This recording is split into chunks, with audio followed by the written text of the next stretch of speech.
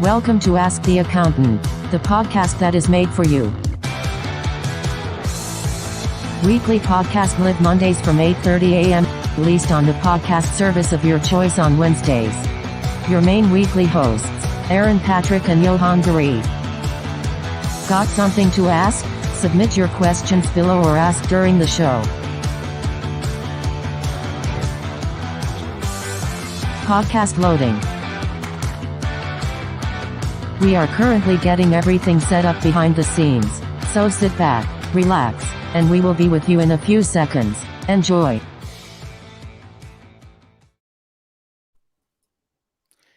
Good morning, everybody, and a very, very, very warm welcome to Ask the Accountant. I got the name right this week, which is always good.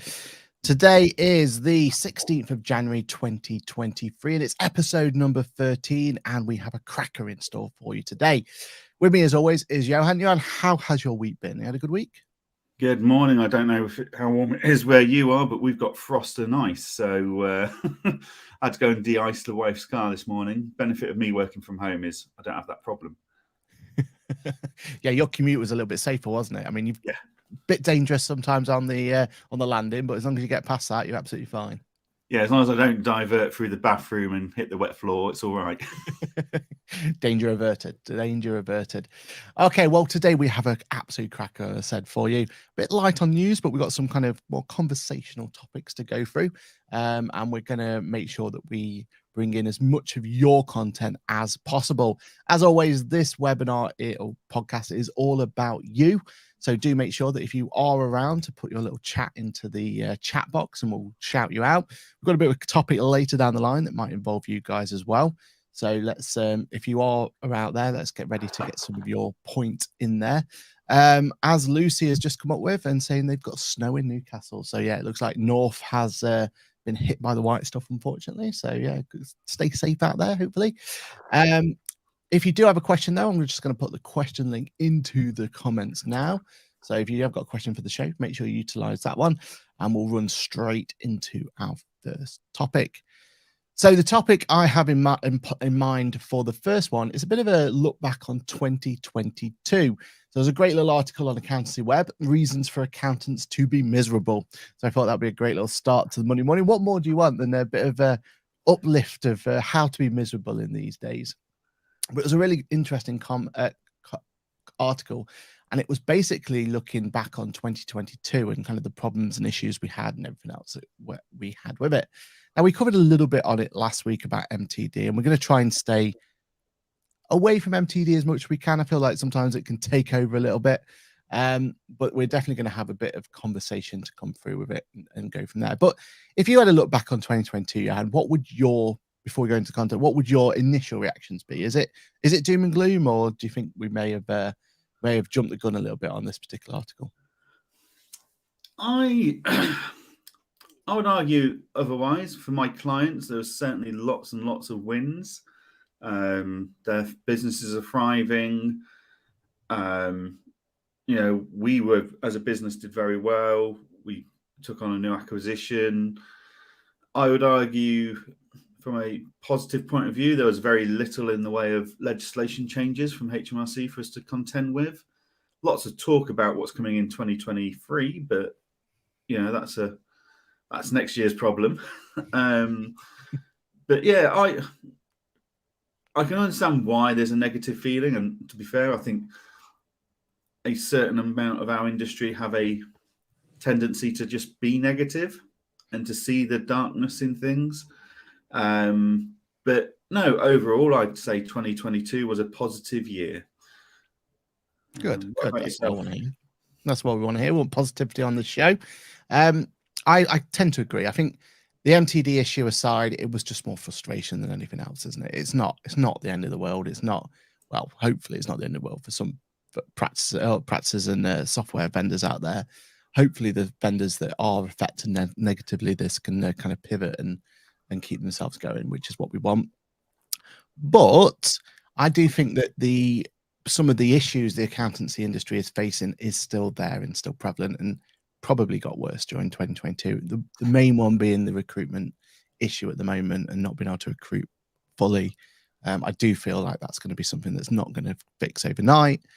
But I think, people like ourselves and other avenues out there trying to find ways in which we can big up the accountancy profession a little bit is the only way we're really going to solve that long term, I think. And it's going to be down to kind of us as an industry to find it and solve it, because we aren't going to be able to rely on your AATs and your ICAWs and all those practices. But they're not going to be able to get those communication, get that out there. So I feel like it's a issue we're all facing, but I think we've all got to find a way to be able to solve it and look outside the box as well. Maybe we've got to stop using recruitment agencies just looking at accountants and ex-accountants. Maybe we've got to start looking outside the box and looking at other ways in which we can recruit to be able to make it. So I think apart from that, I tend to agree. I think it was an interesting year. We've had some great software enhancements. We've had ways in which we can make our practice even more efficient than we've ever had before. The acquisition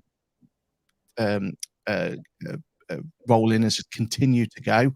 Sage has done bits, haven't they? And we've had other great acquisitions as well. So, from a software point of view, we're in a stronger position ever and more choice than ever before as well, which we'll come on to in a future topic today.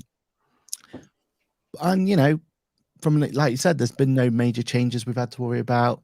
Yes, we came on the back of COVID and we've kind of started to come from that. But if you think about the last 2 years when COVID's just been fully, that's taken over everything, then I think it's not been too bad.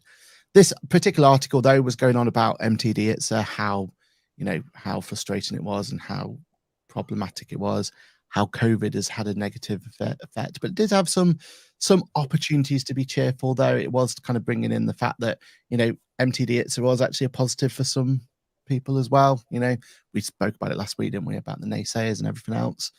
I think we learned a lot this year about how the budget has to be, we've got to be very, very respectful of the budget going forward, haven't we? I think that was evident, wasn't it, of how if we don't get that right, then we've got to be on top of it. I suppose that, thinking about it, probably was the only major negative we had there of last year was the debacle of the budget and how that's affected everything. But I think if that had happened pre-COVID, I don't think we'd have had such a big issue. Yeah, because I don't think people really paid attention to the budgets as much. But since COVID and the budget's announcing so much relief and having such a major impact on businesses, business owners are ultra aware. I certainly pencil in a block out time that once budgets are announced. So I know 2023 spring budget's just been announced for the 23rd of March, I want to say. Now, unfortunately, I'm in Mauritius that week, so I won't be watching that, funnily enough, by the poolside. Got better things to do. But yeah, it has had a bigger impact on businesses over the last few years than we've ever realised, and people are paying more attention to it. That is for sure. Yeah. I suppose when you think about it as well, we've been such turmoil with kind of the way that the with the government being at the moment, it was always going to be, in hindsight, it was always going to be a rocky budget anyway, wasn't it? Because people had just gone back into power and everything that went with it, the politics side of things. So but it did kind of push on and bring it in. One of the topics that we had last week as well, how technology is helping, like the idea that that chat GPT and everything else, what that could do for us. That was quite a nice little end to the year, wasn't it? And seeing that sort of element coming in. And again, from a software point of view, I think we had a really strong year. So I get why you can look back at it and see how much of a 2022 wasn't the best year in totality, but I think we got through it, and there were some positives to take away from it. It'd be great to see if anyone's got any part views in the chat, if there's anything that we kind of missed from 2022, if there's anything else that we kind of should have brought out on, do let us know. All right, let's kind of let's be a bit more positive now, and let's talk about another topic that I found, which I thought was completely off basis, and it'll be interesting to hear your opinion on this one. But apparently, accounting tech vendors are placing added strain on practices and actually having a negative effect on everything they're doing. Accounting practices are increasingly feeling the strain of dealing with client tech inquiries on behalf of cloud software providers.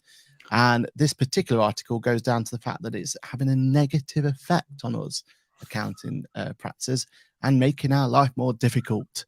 Now, personally, I can't. I'm completely against this particular article because I can't understand exactly where they're coming from in this one at all. But Johann, what's your opinion on this? I mean, surely there is no way that, you know, the industry moving forward, giving us more tools, giving more opportunities, giving us more ways in which we can enhance our practice. Yes, there's more to learn, and there might be some, there might be some added costs here and there, but surely, like, overall, this is a good thing for the industry, or am I completely missing something? No, I completely agree with you, Aaron. I think for these little phone calls that we're getting and inquiries, and can you just show me how to do this on here? I think we are forgetting the overall positive impact on efficiency that the softwares are delivering behind the scenes, and we forget because that's not as tangible. We don't put a value on it. Well, we do in the first few months, and then after that, we would we tend to forget the value. Things like Dext, for example. We use Dext for our receipt capture and auto publishing. They've got some fantastic key metrics that constantly remind you of the value that their product is delivering to your firm. And maybe that's where softwares are missing out, that they aren't reminding you of the time they're saving, or they aren't reminding you of the efficiency they're making. So yeah, I would strongly disagree with this article. And also, if you're aware of it, tech support is getting better from the providers. So when we onboard a new client, we send them an email which has got a link to QuickBooks training, pre-recorded training. The client does that, and then they book onto a call with a QuickBooks expert to go through more general stuff. Yeah. At which point they finally come to us to do some more business-specific things to their business. By which point they've been shown how to get around and navigate QuickBooks. They've been shown and helped to add their logo and connect a bank and stuff like that. Well, that's all time saving for us. But I know how underutilized that service is from QuickBooks.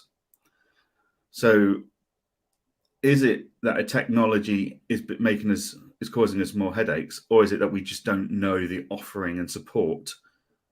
I could spend 20 minutes every time I sign up a new client teaching them how to use Dext.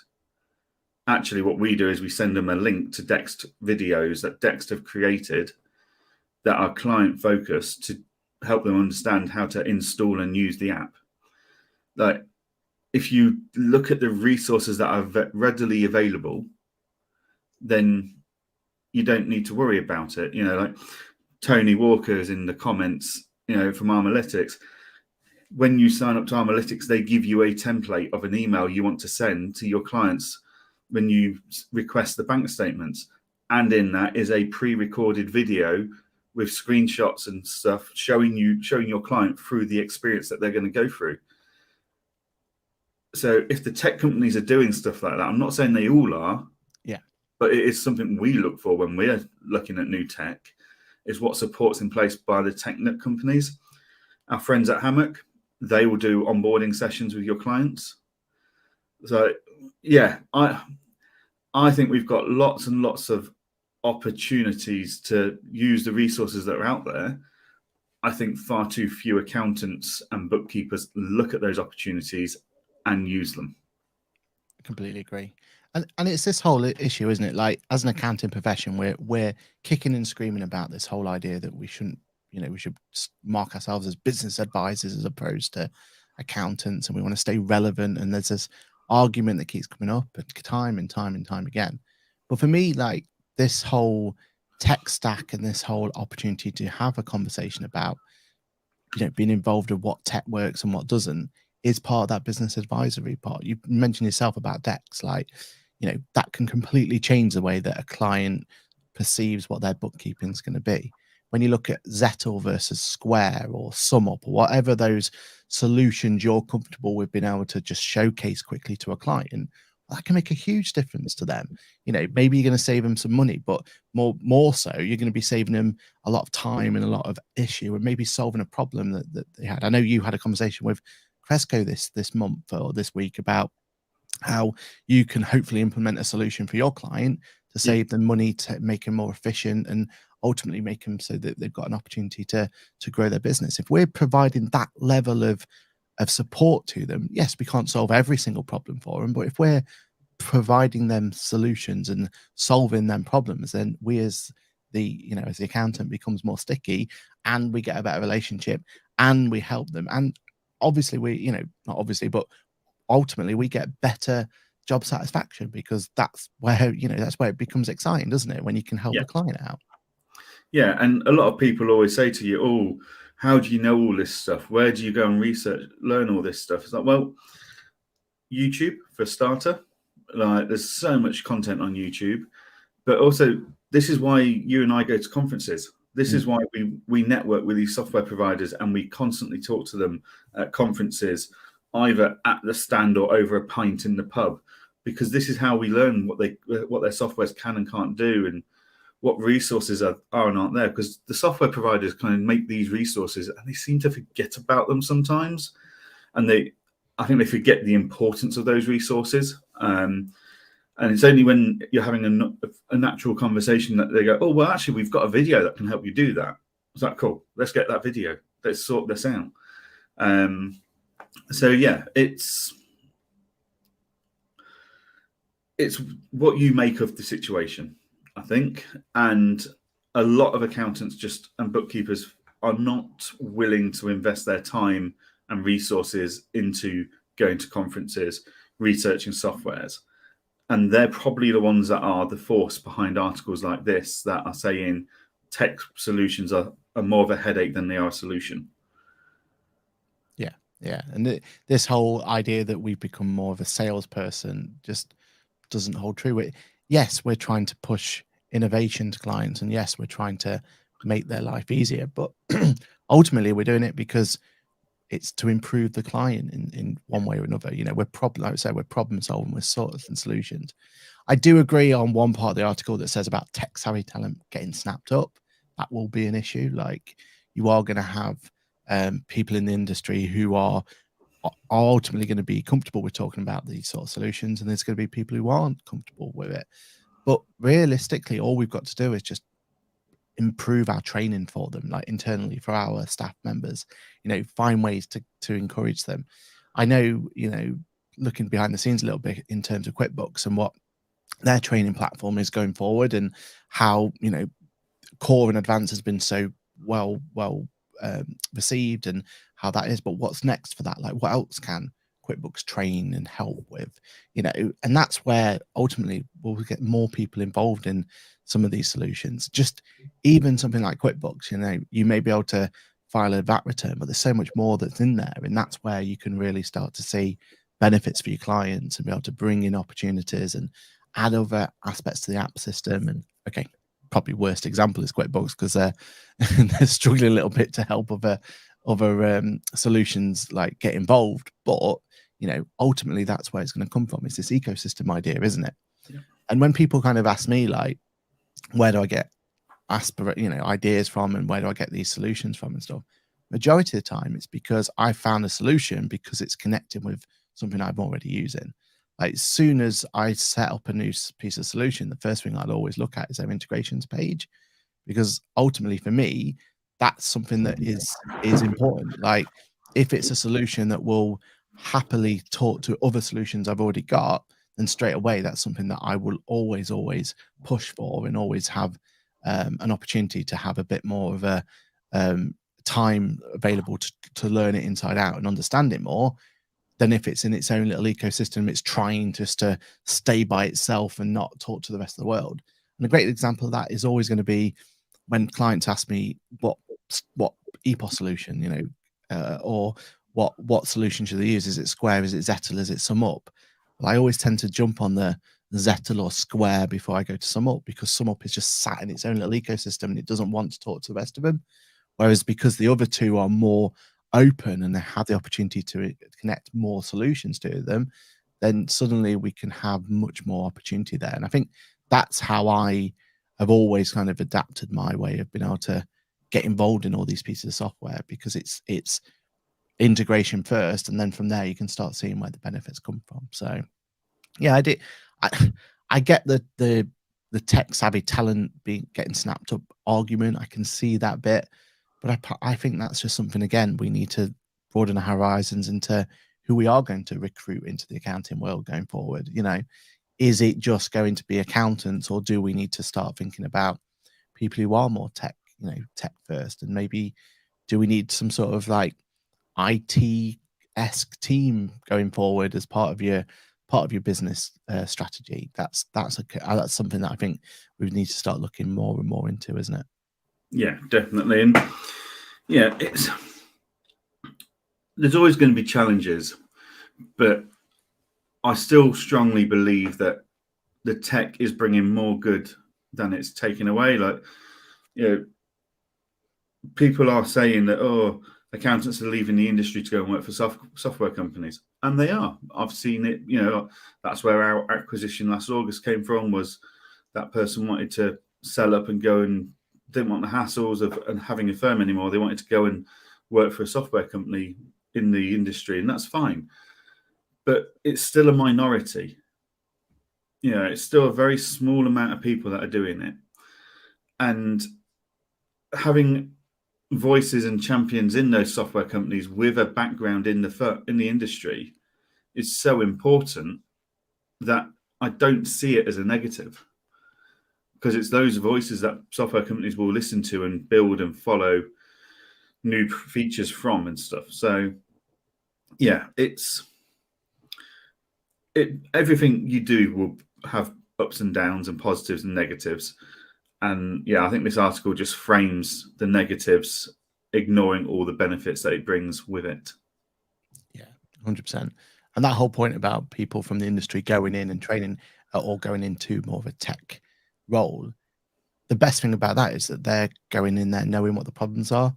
One of the criticisms we've had with certain vendors in certain times is the fact that they will create this new feature, and the new feature may sound great and everything else, but they're creating it in their bubble of, oh, we think this is going to be a problem, we think this needs to be solved.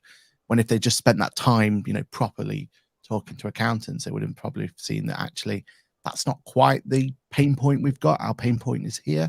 So if we can have more people going into the industry and kind of bringing their pain points in, then yeah, it's going to be beneficial to all, isn't it? So, which is things like where Hammock came from, isn't it? Like there was a pain point there, massive pain point for accountants, being able to deal with their rental properties and what software do they suggest for rental clients going forward.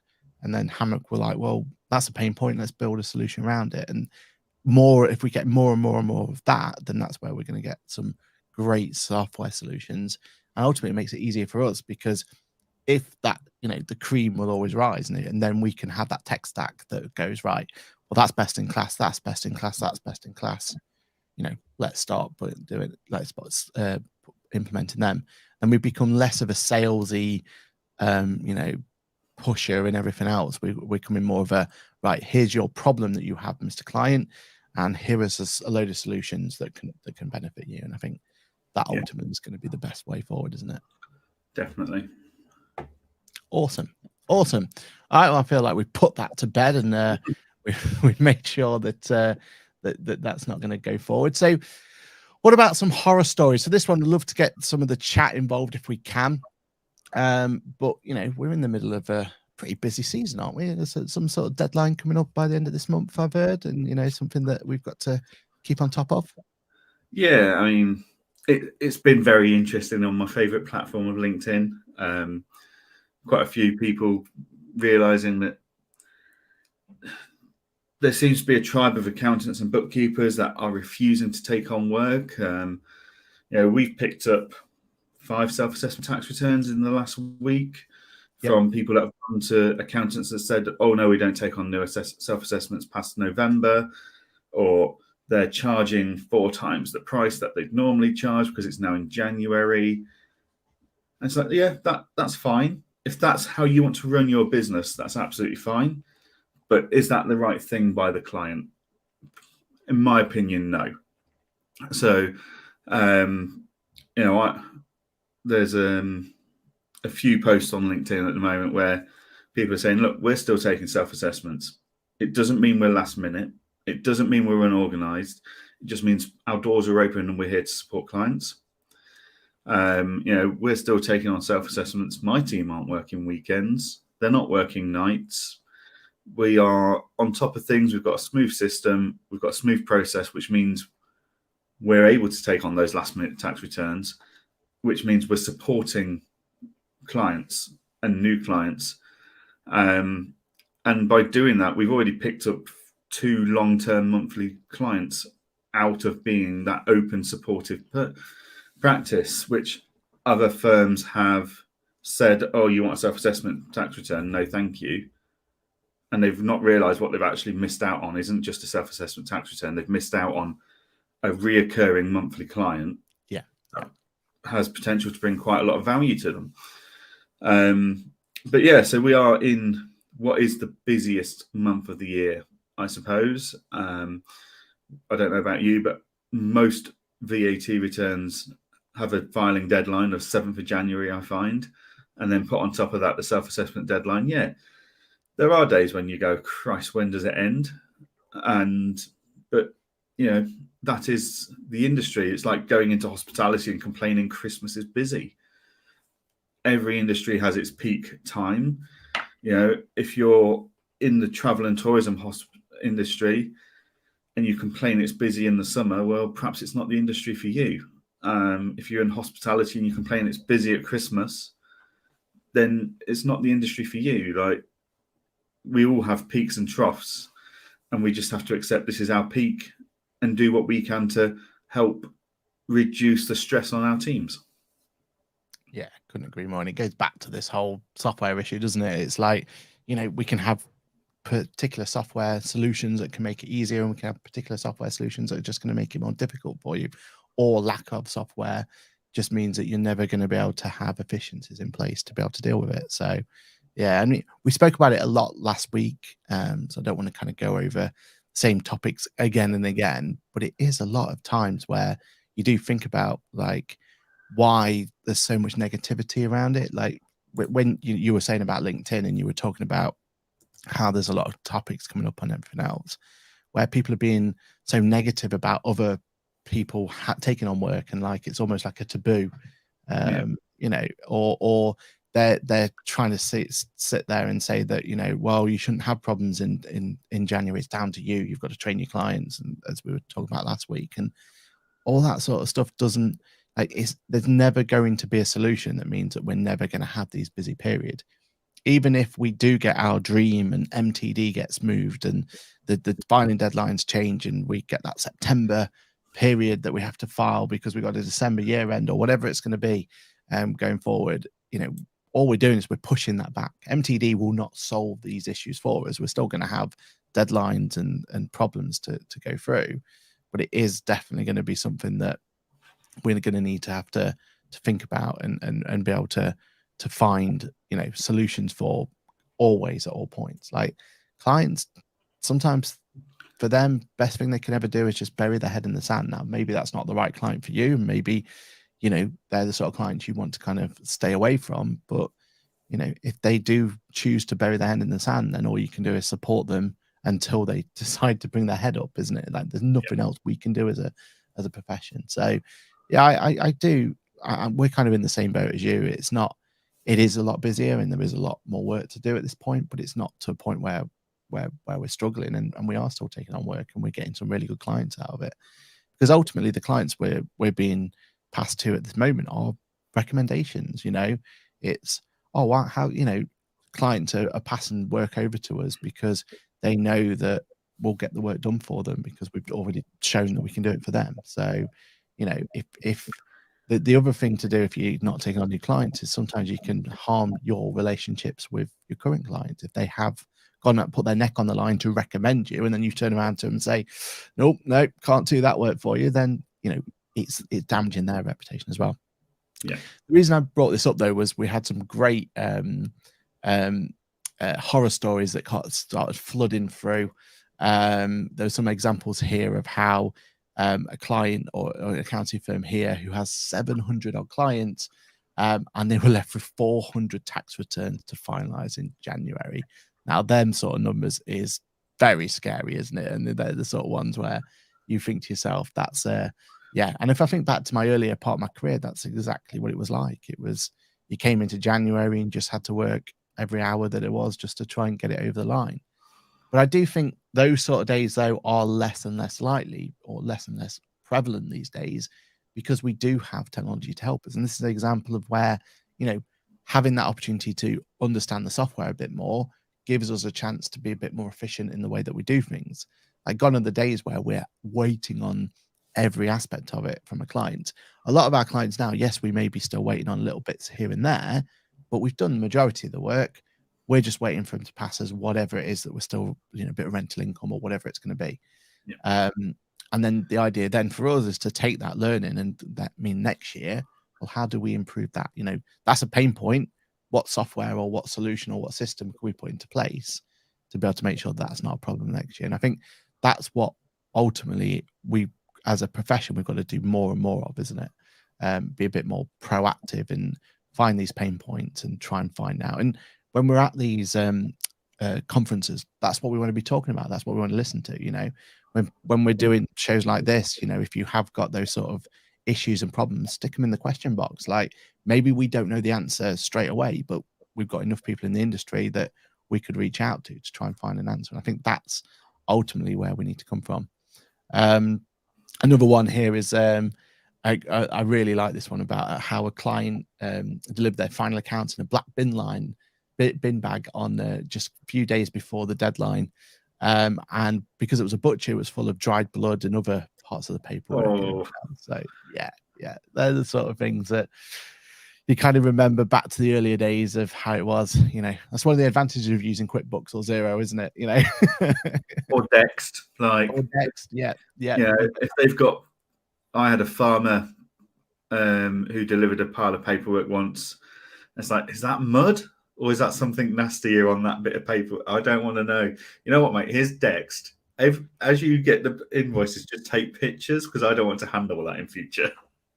Do you think that's the real reason we're going digital? It's like HMRC is sick and tired of having to send people off to decide if it's mud or not when they're looking through software, through client records. Exactly. So yeah. There's always going to be, no matter what tech we put in place, we're always going to have these horror stories. And my client tried to claim X, Y, and Z from Ann Summers or whatever else it is that they're trying to claim. But that's never going to go away, regardless of what we do or don't do. That's just clients trying their luck. Or Dave down the pub has advised them, well, he can do that, so they should be able to do that. But yeah, those horror stories are never going to go away. The ones where they turn up with bin bags and stuff, yes, there is some client training to be done there, providing you've got the right systems and processes in place in your practice. Yeah. We've still got lots of clients who keep a very basic spreadsheet and they've got barely any transactions a year. So it's like, you know what? That's fine. We can handle the basic spreadsheet. It takes us probably as long to handle that basic spreadsheet as it would to plug our tax filing software into QuickBooks and pull off the data for an API. It's not the end of the world. It's just making sure the solution you're using on a client by client basis is the most efficient solution that for that client, and most tolerable solution for that client. Like, there is no point in me trying to teach Mrs. Smith, who is 70, how to scan her P60s for her pensions and email them over to me or put them into the client portal. That is just, it's not going to happen. Let's be realistic. I'm going to pop round and knock on Mrs. Smith's doors and just pick those P60s up when I next go by. Like, it's fine. Mm. Yes, it's not the dream solution where everyone just go upload stuff into client portals, we go in and we pull that information off. But we have to be realistic about what we can achieve on a client by client basis. And if the majority of clients are doing the dream solution, then when you get the one or two minority clients that it's just not feasible for, you don't mind. Yeah. Now, if I Down, go around every client and pick up their paperwork from their front doors and have a chat about the grandkids and the family and stuff, then yes, I would run out of time. But that is a minority. Mm. So it's fine. Yeah, exactly. And it's those things as well, isn't it? Like, you know, when you're looking at those sort of people who won't change and they don't have any need to change, and you know, you're happy to kind of just do it on those. But the thing you'll gain from that is the fact that they will have other, you know, issues and problems that you'll probably be able to find. And the only way you're going to do that is by having those conversations with them and talking to them. And, you know, there is always going to be a place for the accountants industry to still be a little bit more hands-on. And that's, again, it comes down to relevance for us. Like, if, you know, they could normally have been able to just complete their own tax return with no problem, but suddenly they need help just digitalizing it, then that's a solution we can build and help and bring it in. And I think that's where, going forward, where we're going to have another opportunity to stay relevant and not have to worry too much about, you know, is the accountancy industry, MTD, going to make it so much simpler for clients that they'll never need us, and it's just one click and they've submitted their tax return and everything's happening? Well, that's great, and we can encourage that for certain clients, but there are always going to be people who that idea of just pressing a button and even going into software scares them. So that's where we can ultimately help them and bring in solutions for them and build it. And you know, I'm excited about those sort of challenges and working with clients and finding solutions. You know, is it a case, like you said, of knocking on the door and going from there, or can we encourage them to send them in by post to us, or whatever the solution is going to be, and work with them? And I think that's where ultimately I think it's going to be exciting. And you know, we're always going to have a deadline, we're always going to have this busy season, but I think, you know, the more we can figure out solutions and figure out bits, I think we're gonna end up having, you know, a better opportunity, I think, going forward in terms of being able to make it a little less of a, you know, the horror stories that we've just gone through. So yeah, bring it on. Yeah, wonderful. All right, and if you guys have any horror stories you want to share, then please do put them in, and we'll include them in next week's episode. So the other story I want to bring up is that there's been quite a nice little element on Accounting Web. This bit of software has had a bit of limelight. It's a piece of software called Client Engager. I don't know if you've ever heard of it, Johann. I don't know if there's anything that's brought in, but no, jokes aside. So I heard that you've the software that you're heavily involved in, Client Engager, got a bit of a limelight, and I thought it'd be good to kind of listen behind the scenes. Like, how did that come about? What was it like kind of talking about it? What's the response been? And for anyone who don't know, just give a bit of a breakdown what Client Engager can't do. Yeah, no, thank you very much. So Client Engager is a practice management tool. It was the brainchild of Andy Wainwright over at Wainwright's Accountants in Liverpool. Basically, it does what most other practice management softwares do. We're just trying to prove that it can be developed quickly but properly. Mm-hmm. B, it doesn't have to be priced per user, so the whole team should be involved in it. One of the most detrimental things I see is a practice management tool gets brought in, and because it's 30, 40 quid a month per user, the owners of the accounting firm go, well, where do we see the value? Who doesn't need access to it? Well, the answer is the whole team needs access to this, how you're running your practice management software. Yeah, exactly. So let's get rid of that cost inhibitor.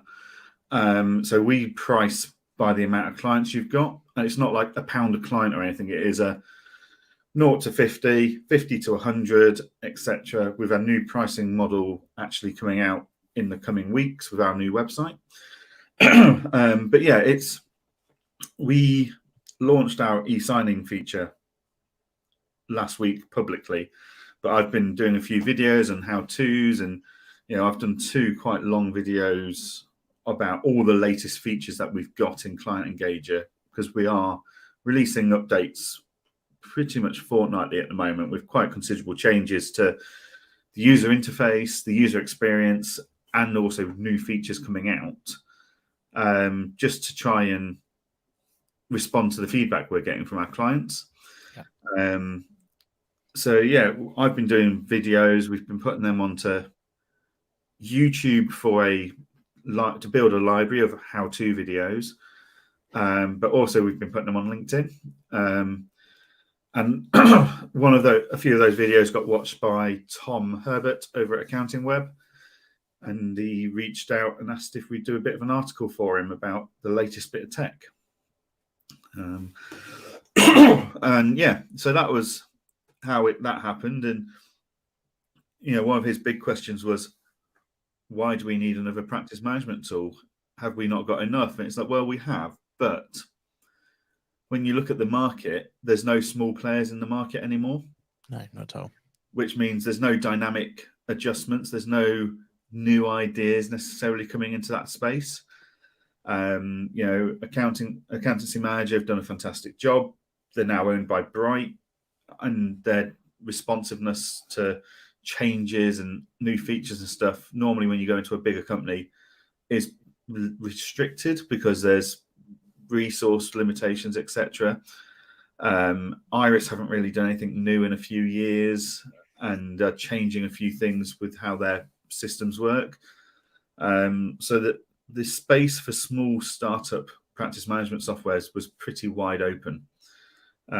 So we've gone in, and we seem to be getting a good response from it. Lots of people are really enjoying what we're doing, and we're onboarding and doing demos at quite a rapid pace at the moment, thanks in part to that article. It's great to see. It's great to see.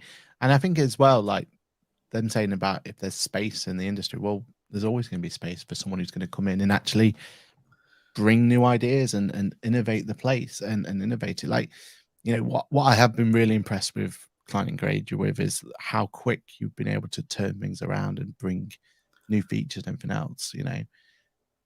There's so many times when you hear about, or you look at a roadmap of a software provider, and the roadmap is 2 years down the line, you're going to see this nice shiny thing, and that's great. And it's always good to kind of have that opportunity. And you will always have times where you're going to have to prioritize one feature over another. But if that feature is going to be so game break or game changing in the way that you're going to be able to grow your business or anything else, and you kind of sometimes I've been thinking of this before, where I've been hanging my hat on that particular feature, and I've stuck with that software, and I've stayed with that software, and it that feature either has never materialized, or when it has materialized wasn't what it was said, or the fact that you've been able to kind of think this is a game changing solution that we need, let's get it out there and let's develop it and let's bring it out.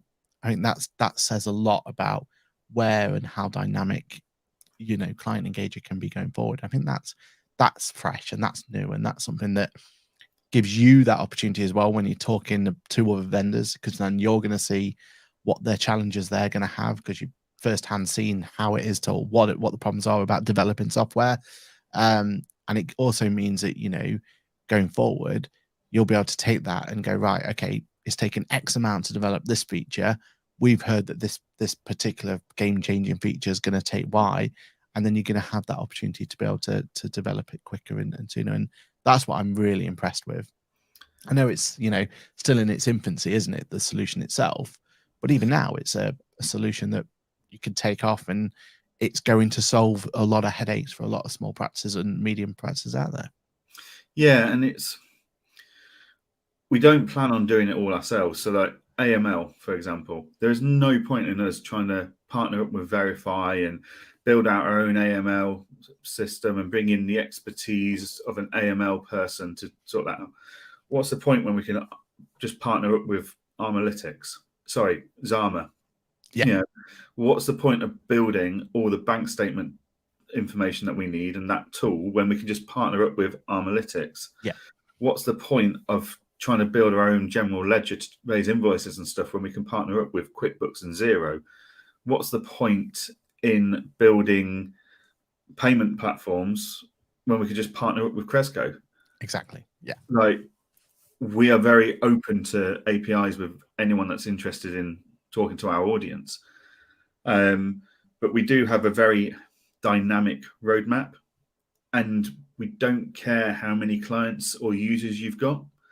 Like, we do, obviously, but just because you've got 10 more users and 500 more clients than everyone else in the software doesn't mean your development's got priority, because it might only impact on your business. What we're looking for on our roadmap and prioritizing is what's impacting on the larger amount of businesses. So our next big integrations will be in February. We're doing email integration because that impacts on a large number of people. Whereas we got a request the other day for the ability to tailor tasks and workflows per client. It's like that will impact on a few, but not everyone. So that will happen, but it's probably not going to happen until March because we've got other things that impact on a wider audience first. So yeah, we're very open with how we plan our roadmap, and it's very adaptable. Like that idea for customized workflows per client that came in last week. It was discussed internally last week, and it was allocated its place on the roadmap last week for March, because it doesn't just go onto a list and wait. As the ideas come in, we are reshuffling our roadmap appropriately. Because some things will take 4 weeks to build, such as an email integration. Other things will take a week. Some things might take a day or two. We've got a fantastic programmer who can program stuff quicker than I've ever seen programmers manage to handle. So yeah, it does help. Definitely. And I think as well, like, again, back to the argument of, is there room in the space for it? Well, when you think about what you're up against and what your competitors are, they very much got their own ecosystem now, like Satanta, Iris, or whatever it's called, Iris Elements, whatever it's going to be. That works really well if you're in the Iris ecosystem. Mm-hmm. The other solutions out there are very, very good if you are prepared to be in their ecosystem. And again, the bit that you guys have got different is that agnostic approach, and it means that you can kind of partner and have any solutions you need. And I think that's refreshing as well, because going forward, I think more and more accountancy firms out there are going to, need to have that opportunity to be able to add anything they need to, and have that ability to be a little bit unique and work with whatever software solutions work for them, and not necessarily being kind of forced down a route just because that's the ecosystem that their practice management solution's gone for. So I think that's gonna benefit you guys as well. So it'd be interesting, and hopefully more articles like this from a county manager going forward. And as new features come on, it'll be exciting to see. Yeah, definitely. It's been a very enjoyable journey to be part of. Yeah. And for you, it must be exciting to go behind and peek behind the curtains and see the other end of it and stuff, and and see what it is. It's really enjoyable, but then it's also extraordinarily frustrating. Like I've been around the houses with practice management softwares for the last 5 years. Yeah, and I know how slow their development teams are to respond and to do anything. So, like when we first spoke about a pricing calculator tool, from first concept to delivery of the beta was like 6 weeks. Like others, it would have taken months and years. I'm just sat there going, if this guy can do this so easily, why are the others taking so long about it? Like I always told it takes forever to develop things. It's like, well, does it actually, or is it just the ethos, the culture, the processes, etc. in your organization that slow it down? So yeah, extremely exciting, but when you then look back, it gets a bit frustrating. Yeah, no, I get it. Awesome. Okay, so we had one question come in as well, so we'll cover that question. It was live as well, so if you do have questions, then do make sure that you use the comment section to interact with us and get questions over. But if you are listening to this back live, or not live, should I say, then do make sure you use the link that we've made sure is available, and get a question on. We've got a couple of questions that we'll save for the next episode. But this question that came in live says, do you recommend having an accountant from day one for a brand new e-commerce business, or learn do it yourself and start until you start making profits? Do you want to have a first shot on that one, Johann? I think the misconception is by having an accountant from day one, it's going to cost you money from day one. There's absolutely nothing wrong with, and I do this all the time, starting those initial conversations from before day one. Go to an accountant and say, look, I've heard great things about you as an accountant. I want to work with you, and this is what I'm doing. I'm setting up an e-commerce business. What should I be considering for my ecosystem to make this easier for me and for you as an accountant? So if someone came to me wanting to set up an e-commerce business, I'd go, right, what platform are you looking to use as your e-commerce? How can that then link into QuickBooks? What software are you using to get the data for your billing, for your expenses and stuff into QuickBooks? So that we can talk about that ecosystem from day one, if not before day one. Yeah. And those conversations, the majority of accountants and bookkeepers would not charge for now. Though that's that initial consideration where you're having a conversation just to set things up, knowing that actually that client wants set up, he's going to come back or she's going to come back and ask you more questions. And, from day one, we might not be selling bookkeeping services, but we've sold them a QuickBooks license. We've given them a DEX license. Like, there's some kind of benefit there, but ultimately it's an investment in goodwill, and that will pay dividends in the long run. So, I would encourage you to speak to someone from day one, if not before, when you've got the first ideas and you're getting to the point where you're getting ready to start implementing things. Talk to an accountant to work out how to save yourself time and energy in the long run with your e-commerce systems, because it's a lot harder to look back and go, oh, well, if we need to do all of this and change all that and back into all data. Let's do it from day one. Yeah. And then you can get back in touch when things start to pick up, and we can go from there. Like, we offer bookkeeping support rather than doing the bookkeeping for you. We'll teach you to do the day-to-day data entry, and then we'll check it each month for you. We'll teach you to correct it if it's gone wrong. And then as you get busier, we'll take over the bookkeeping for you. It's all about making it scalable and affordable at the same time. Yeah, I think my part that I'd add to that is just the other thing is making sure you speak to the right accountant for it, because there are accountants out there who are brilliant at CIS and wonderful at R&D and amazing at these ones, but you've got to find the right accountant that's right for you and your business. E-commerce for me is one of those ones where, like yourself, it's been an explosion of clients that have come through, and majority of the reason they've come through is because they are having those pain points, like, as they're talking about here, learn and do it yourself and start until you start making profits. Well, learn what and learn when you don't know where to start from, and that starting point is so important. The ecosystem is, as Johann pointed out there, is just so important going forward in terms of being able to build your business and be able to get that business to the next level.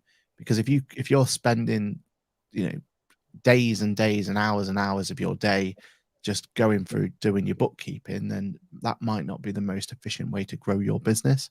Whereas if you had the right ecosystem in place and it was automated for you, well, then you don't need to worry about that. So I think really, finding the right accountant is going to be crucial for you.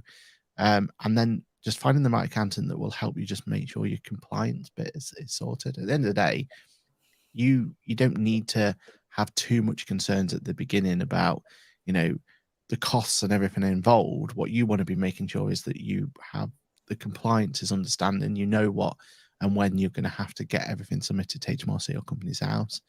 And then you can work backwards. And I think definitely from our point of view, like that's where we're changing the conversation with clients. It's not just about, oh, you're going to need our help and it's going to cost you this much. It's, well, actually, let's work backwards. What do you need to, and when do you need compliance to be done for?